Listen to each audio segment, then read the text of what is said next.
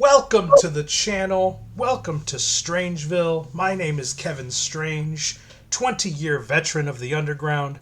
I am a cartoonist, novelist, and independent filmmaker, and I am here today to share my love of comic books with you. Today we're going to take a look at Batman, The Doom That Came to Gotham by Mike Mignola, his Lovecraftian, Mike Mignola's send-up pastiche to H.P.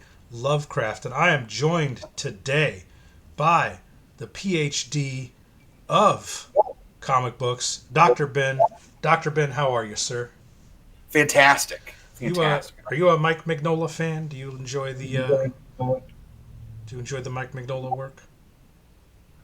Yeah, I don't have a lot of it. I like it, but I never collected a bunch of it. I had the first Hellboy, but I never, it's I like it, but I'm not like a super fan. I'll say that. I guess because I grew up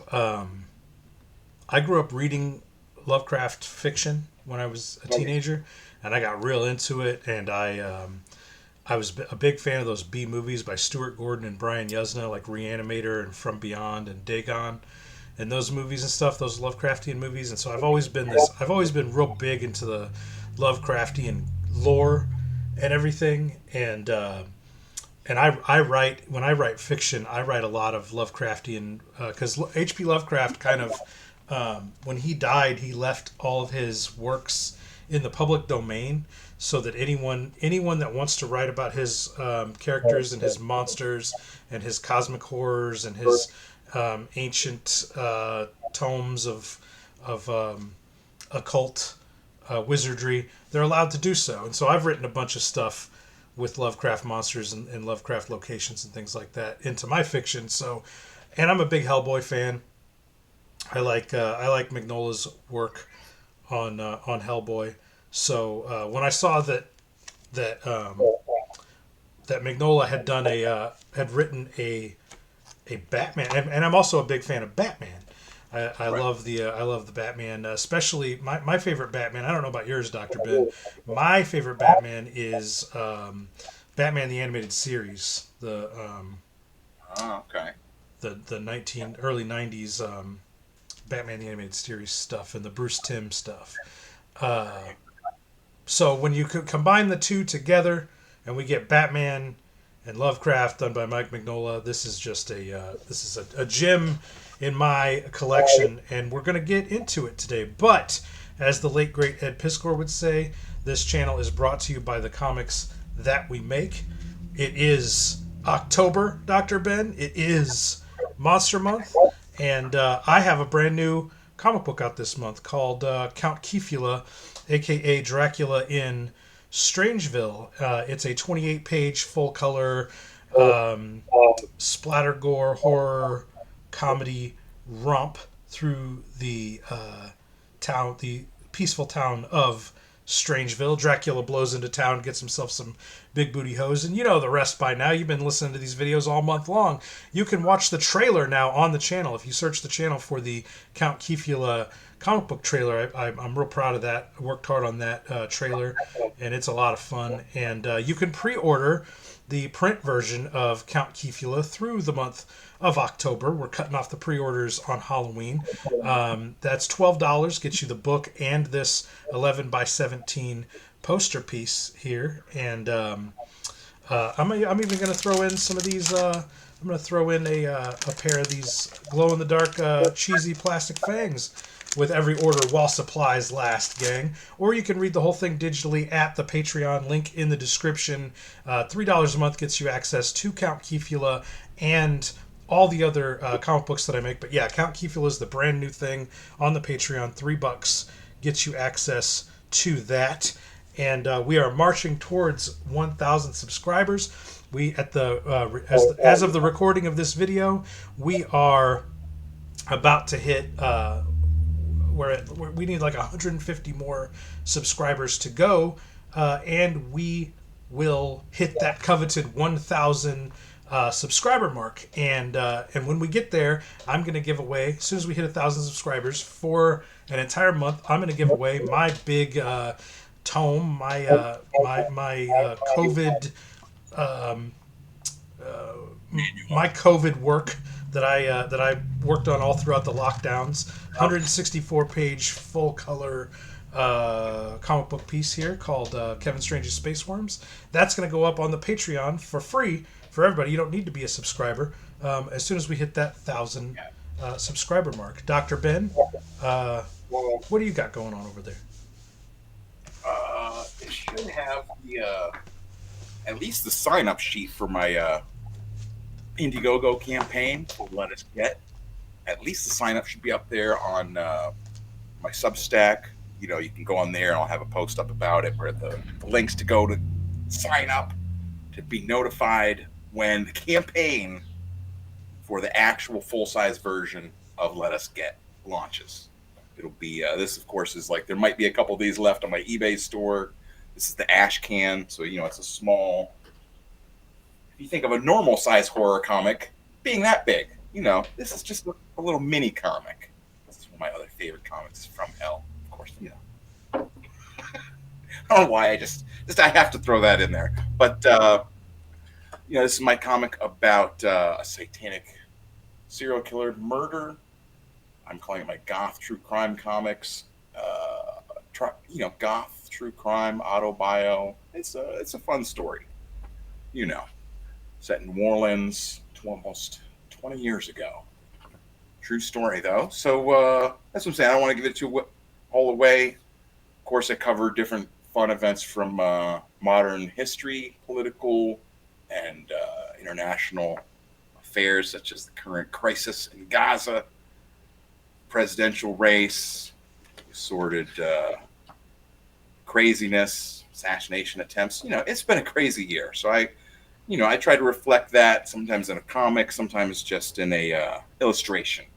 All of that will be in the final version. Be 52 pages, black and white. It'll be a regular cover, foil cover. But like I said, all that might be already up. I don't know when the video is going to go up because you know. Today we're letting Strange tell us what's going on here. So I've never read the Doom that came to Sarnath. I've read the Doom that came to Sarnath, but I have not read the Doom that came to Gotham. Yeah, so it's a play off the Doom that came to Gotham is a play off the Doom that came to Sarnath, which I don't think is in this Cthulhu book, this Cthulhu comic that I have here. It would be real serendipity if this had the Doom that came to Sarnath in it, but it definitely doesn't. Doom that came to Sarnath is basically, it's kind of like it's love's kind of like love. If memory serves, it's been 25 years since I read that. That's kind of like a Sodom and Gomorrah tale, isn't it? Where like they're sinning a lot in Sarnath. Sarnath is kind of a decadent city with a lot of witchcraft and fuckery going on, and it ends up being destroyed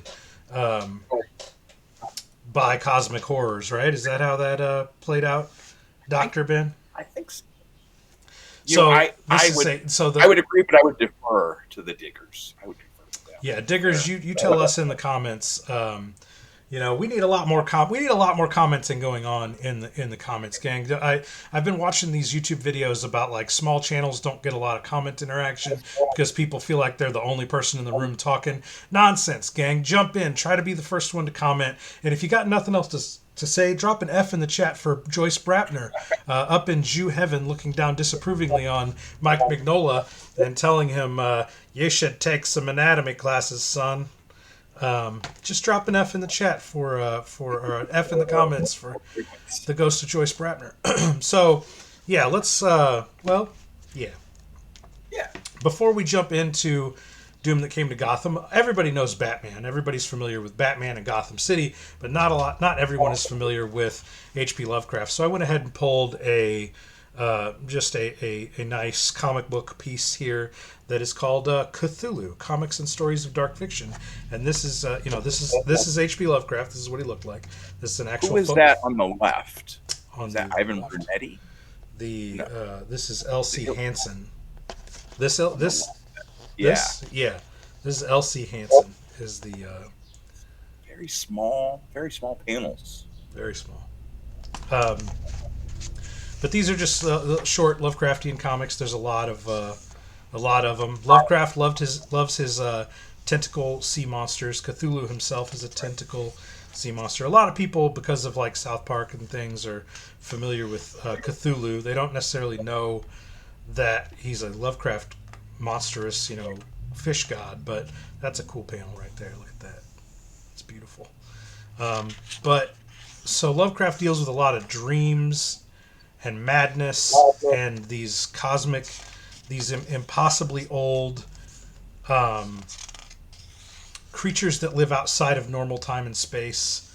These cosmic horrors, as he calls them, these alien gods that humans are often trying to summon or gain favor with through black magic and alchemy. Those are major themes that run through Lovecraft's works, and obviously through these comics here too. But I just wanted to show off a little bit of this nice. We might actually do this as a book of its own. Who's doing all those things? I don't see I don't see the names. I don't see the signatures there of those, but those are really, really awesome pinups here in the middle of the book. Caesar Sebastian on the art here. Yeah, that's always a one thing that like new, maybe not necessarily new even, but like cartoonists and artists, like keep in mind, like if you want people to know who you are, put your name on your paper. Put your signature.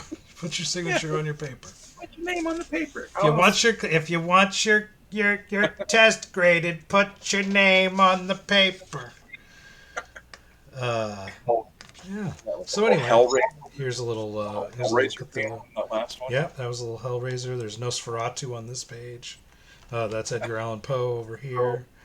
That's another Poe story there. We got some Nosferatu down here.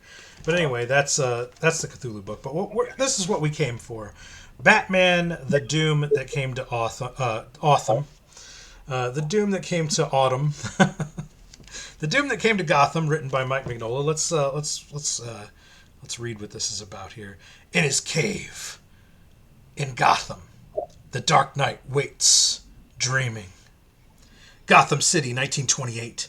20 years have passed since a madman slayed the parents of young Bruce Wayne, heir to one of the oldest fortunes in Gotham City. Then, Bruce fled the carnage of Gotham and the unearthly voice warning him to prepare for the world to come. Now Bruce Wayne has returned, and hell has followed. A terrible thing from beyond space and time has awakened. The lurker on the threshold has called its faithful servants, immortal sorcerers, reptile men, beings of eldritch cold and fungal horror, to feed our world into its gaping maw. But the Batman will learn that there are even worse things in the outer darkness. If he hopes to end the horror, how terrible must Bruce Wayne become? An unholy union of comic book icon and pure Lovecraftian horror is unleashed by writers Mike Mignola, acclaimed creator of Hellboy, and Richard Pace, Robert E. Howard's Savage Sword of Conan, and artist Troy Nixey, Harley Quinn, in Batman, the Doom that came to Gotham, a terrifying reimagining of the greatest heroes and villains in the Batman mythos, collecting Batman, the Doom that came to Gotham, issues 1 through 3. So the real fun of this book is because it's like a who's who of the rogues gallery of Batman villains, all reimagined with like a Lovecraftian twist to it. So as we get into the book, basically as the introduction stated there, this is the story of Bruce. Kind of he left Gotham after his parents died, and he this is him coming he's getting this message from this thing in this ice in Antarctica and these possessed penguins. He gets this message out there. I think this is where he runs into, the penguin I think is who ends up being out here. If I remember right. Yeah, this is the penguin down here. And they're basically giving him this warning that Doom is coming to Gotham, if you can believe it. That is the title of the book. So he comes. He decides. So Bruce Wayne. This is Bruce Wayne here. He decides he's going to. We're doing a little. This is the reimagining of his parents' death. You can't have a Batman comic without Bruce's parents dying. Right. In this. So this is him as a kid, and so this is Bruce, and I like that he's already like he's in his 20s or whatever, like late 20s, and he already looks like a handsome 60s or 70s movie star. Very different take on what Bruce Wayne looks like. He doesn't look like the traditional Bruce Wayne there, and so this is basically just going to be like a cool stomp through Gotham. Like this is the Demon, obviously. Okay. Nice look at him there. We should cover some of the Demon comics sometime, because Yeah. I know there's like a Wagner bunch, and like Yeah, I've got like half a dozen of them. I've got like the Prince Valiant that he was based on too. Because Okay. like there's a Prince Valiant comic, strip where like one of the characters like takes like a goose and turns it into like a mask to make himself look like a demon, and it's literally like the face for like the demon in there. You know what I mean? Like it's literally, the people are like, yeah, that's literally what Jack Kirby was looking at and based it on, and it's crazy. So some say I should dig that out. Check out that Batman. It's pretty good. I like that. It's kind of almost a steampunk aesthetic that they go with in Yeah. this one. Yeah, it is. Monster Month. It'd be an appropriate month to do Demon comics. So you can look at those for Is sure. it? It's not at all related to what the oh no, I can't even think of the Jack the Ripper Batman comic. No, No. Gotham by Gaslight. Is that the one you're talking about? Yes, Gotham by Gaslight. No, It's not. It's not like somehow related to that, except that it's Batman. Nope. Is it Victorian times or like more like the 20s? It's the 20s. Okay. Mr. Freeze down here. We got the Killer Croc. Nice, cool shot of Killer Croc there. And it gets pretty nuts as we go through. Bruce finds this, obviously, an occult tome down here. Finds an occult tome. He finds this ritual chamber, and it's I believe it's Ra's al Ghul that is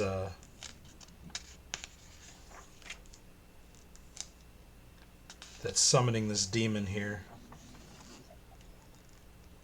This eldritch horror. I believe this is Ra's al Ghul right here, and that's his daughter. Okay. What's his daughter's name? Talia. Yeah, Talia. Yeah, this is Talia here. And this is a cool shot of what he looks like coming out of what do they call those pits? Lazarus pits? Yes, it's the Lazarus pit. And then there's like cool. there's like a bunch of frogs and reptiles and stuff that show up all throughout Lovecraftian works, and Bruce is being accosted by Batman's being accosted by all of them. It gets pretty crazy as we keep moving through the book. This horror from the deep. That I believe this is the thing that was taunting Bruce in Antarctica has gotten loose and has swum to Gotham and is now going to wreak havoc here in the city. Keep on going.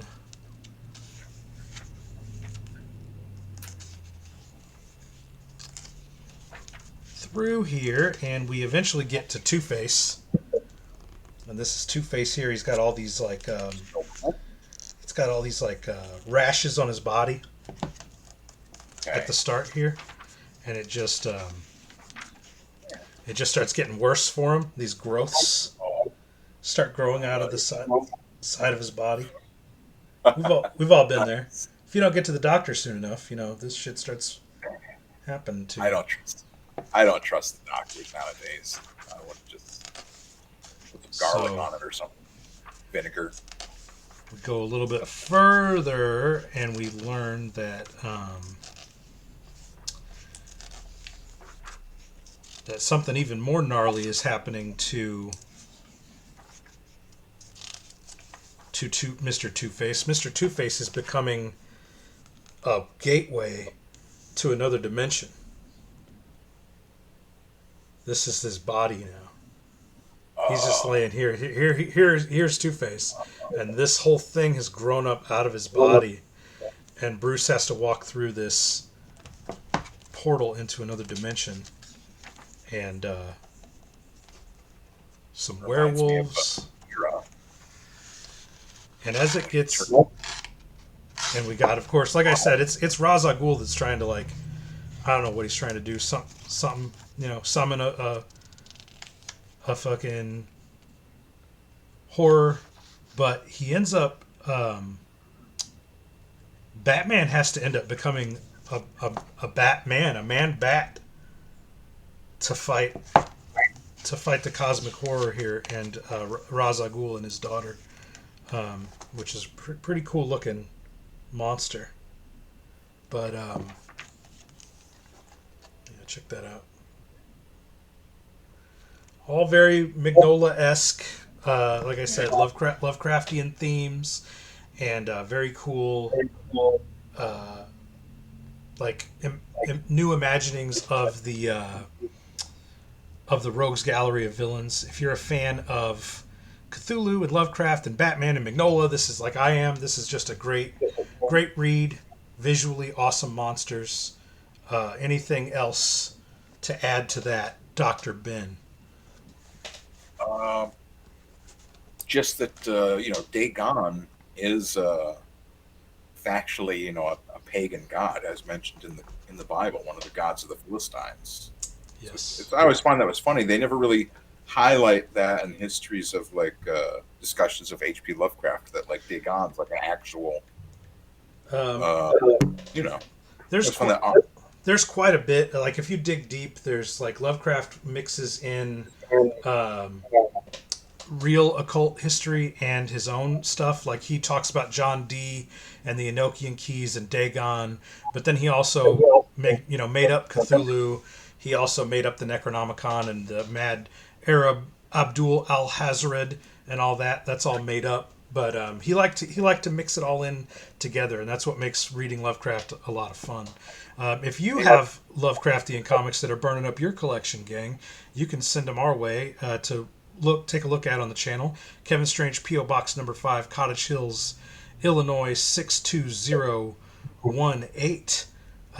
If you are a creator like our friend Adam Yeater, he sent us Blaspheme, which is a collection of also occult.